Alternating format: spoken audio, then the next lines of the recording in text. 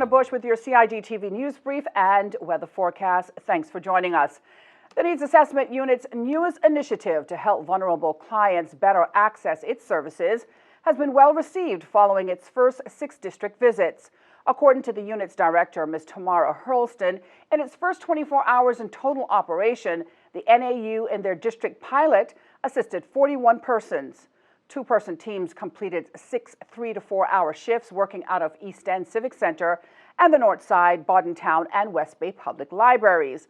Officers assisted clients in filling out assessment forms and processing queries.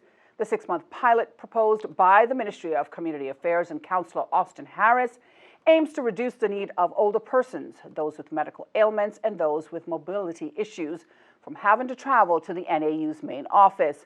Now, the Friday walk-in services rotating across the districts will subsequently limit the number of vulnerable persons that are exposed to the threat of infection while accessing NAU services. The pilot program closes at the end of June, but for full details on the NAU's district visit schedule, you can go online to www.gov.ky notice board.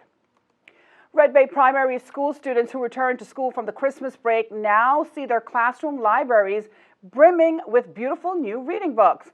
Cayman's only literacy charity, Literacy is for Everyone, or LIFE, delivered box loads of over 4,000 high-interest, age-appropriate leveled reading books to create classroom libraries in every class in support of literacy education. Books were selected following an assessment of individual classroom needs and then sorted, stickered, and labeled according to reading levels to support children's independent, wider reading. To generate maximum impact and optimize the book's use as curricular resources, consideration was also given to providing a balance of fiction and nonfiction, the inclusion of new titles, sensitivity to cultural and linguistic diversity, as well as the provision of a range of genres, from poetry and chapter books to science, fiction, and reference texts. Now, for more information on LIFE's programs and literacy initiatives and how to get involved as a donor or volunteer, you may contact Juliet Austin at info@life.org.ky or simply visit the LIFE website at www.life.org.ky. World Cancer Day is this coming Thursday, February 4th, and persons in the local healthcare industry and members of the general public can learn about how COVID-19 has impacted cancer care within the Cayman Islands at a public forum hosted by the Health Services Authority.